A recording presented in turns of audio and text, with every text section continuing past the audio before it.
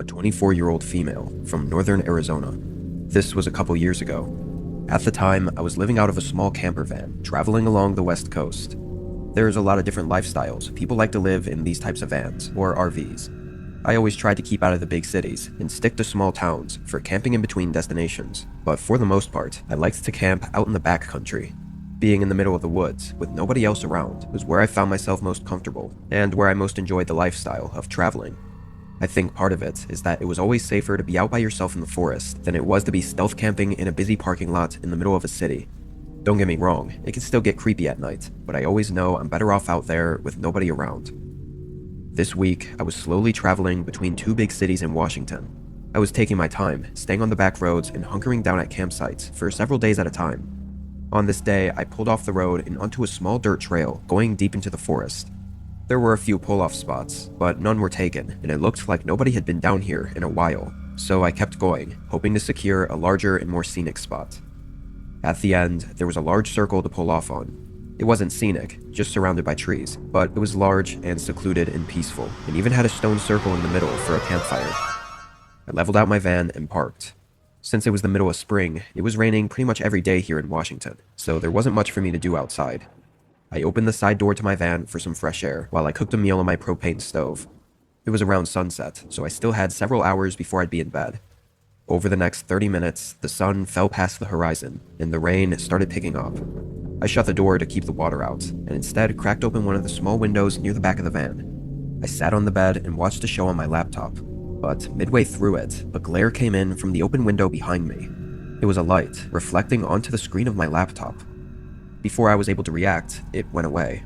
It didn't move away though. It turned off, as if someone switched the light off. When I turned around and looked out the window, I saw nothing. It was really dark and still pouring down outside. I had no way to know how far the light came from, or what it even was. Being on a trail with other pull-off spots, I had to assume it was just another camper, maybe their headlights that somehow found its way through the trees and shined into my window. Then they quickly turned their vehicle off. The only problem with that was the light didn't come from the road I came down. Behind my window was just trees. Maybe there was another trail I didn't know about. There wasn't much investigating I could do anyway, so I turned back around and went back on my laptop. Occasionally, I'd check out the windows, or think I'd heard something outside, but with the rain clinking against the metal roof, it wasn't clear if I was actually hearing something or not. Every time I looked though, I never saw anything to confirm that something was out there, so I didn't worry myself too much. I want to say it was about 10 or 11 when I decided to call it in for the night and try to sleep. I turned off everything in the van, closed all the windows, and drew the shades. It was nearly pitch black inside. I got under the covers and tried to sleep. Usually, I didn't have much trouble at all, but tonight I just couldn't manage to fall asleep. Unfortunately, the rain picked up even more after an hour, and thunder started rolling in. It was very loud and made it impossible to even try to sleep. About 2 hours into the night, and through all the harsh rain and thunder, I swear I heard something move outside. It was just loud enough for me to know I really heard something. It sounded like someone or something running and kicking over a branch on the ground, somewhere just outside of my van. As soon as I heard it, there were no other sounds. It was so dark, I couldn't even see the ground beneath the window.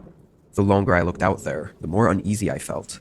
I just had this feeling like someone else was looking back at me. I put the window cover back down. I sat there and tried to tell myself I was overreacting, but only a minute later, I heard a voice. It was a male voice, kind of in a loud whisper, like they were talking to someone else.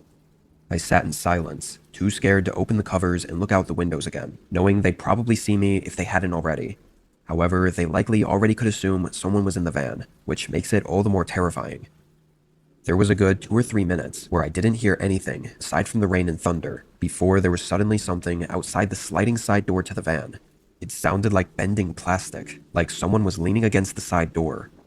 Then there was a knock. A few seconds later, they knocked again. Even though I was sure they knew I was in here already, I still was too scared to speak. Maybe they weren't sure how many people were inside, or if I was a man or woman, so I felt safer not giving them anything and just staying quiet. A very disturbing and anxious 5 minutes went by as the knocking continued every few seconds without anyone saying anything. They had to be drenched by now and probably couldn't see at all through this weather. But then they finally said something. "Sheriff's Department, open up." What? I didn't believe that for a second. If it were true, why wouldn't they have said that from the beginning? They continued knocking and calling out different lines, all basically stating that they were an officer and I needed to open the door. This seemed like a desperate attempt to get me to open up without violence. I slowly lifted the window cover and looked out.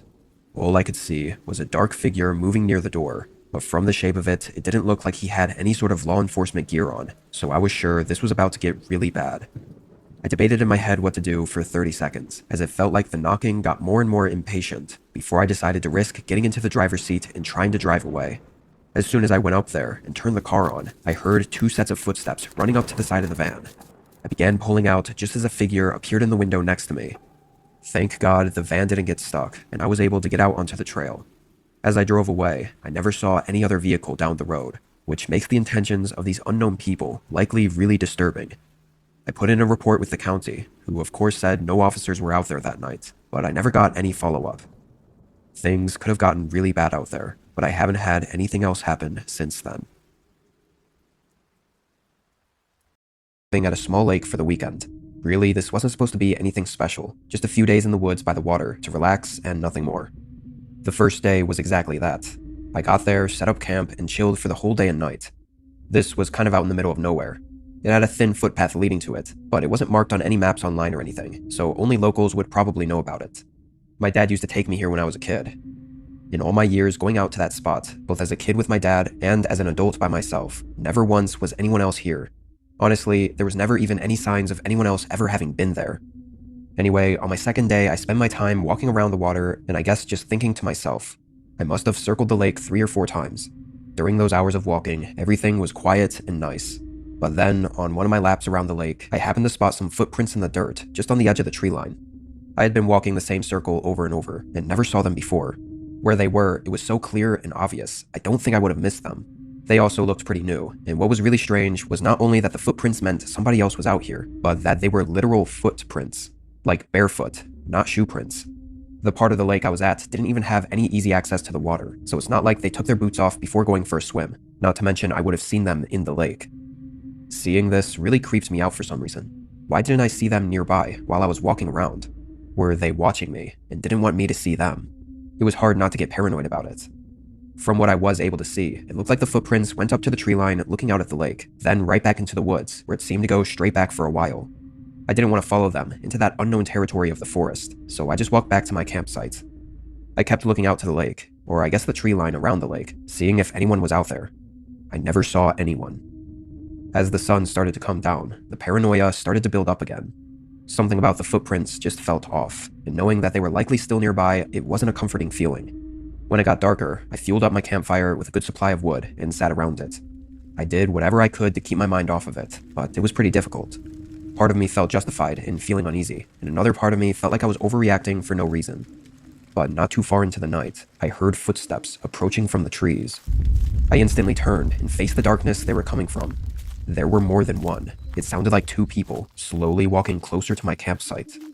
I stared in their direction, until they suddenly came into the light. It was a man and a woman, walking next to each other, and stopping just at the edge of where the light from the fire could reach. I couldn't see much of their faces, or really anything more than their basic shape. I couldn't even tell how old or young they were. "Can I help you?" As soon as I said that, the woman turned and sprinted back into the woods, completely disappearing. But the man stayed where he was. He didn't move or even look back at the woman. It was about then that I looked down and realized he wasn't wearing any shoes. These were definitely the ones who were out by the lake. I asked again if I could help him, but then he too turned around and quietly walked back into the woods. I pretty much had an internal freakout after that. That was the most unsettling and strange encounter I'd ever had, almost not even feeling real. I didn't want to be in those woods for another second. I immediately started to pack my things. I'm not the kind of person to stick around when things get sketchy. Thankfully, my setup was easy to put up and take down, so I had everything tied down in my bag and ready to go within a few minutes. I didn't know where they went, but I didn't want to still be here if they came back. I kicked out all the unlit logs from the fire, so it would burn out soon after I left. Then I hurried into the woods. The walk was nearly 2 hours. For the first 10 minutes, I was really on edge, unsure if I was being followed, but the further away I got, the better I felt. It was about 40 minutes into the walk. The whole woods was silent, not even any crickets or anything, when I suddenly heard running footsteps nearby. It was in the distance, maybe 100 feet from me, and it was definitely a person. I couldn't see anything though, so I had to just keep walking.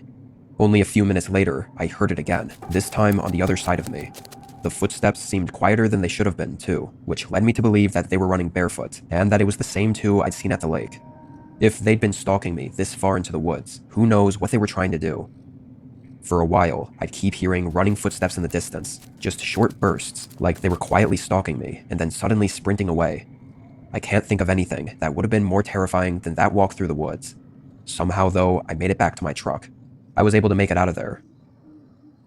I wish I had more to say, or that I figured out who that man and woman were, or what they were doing out there. But I have nothing. Maybe I'm insane, but sometimes I wonder if they were even alive or not. I don't know, and I'm not sure I want to. I never went back.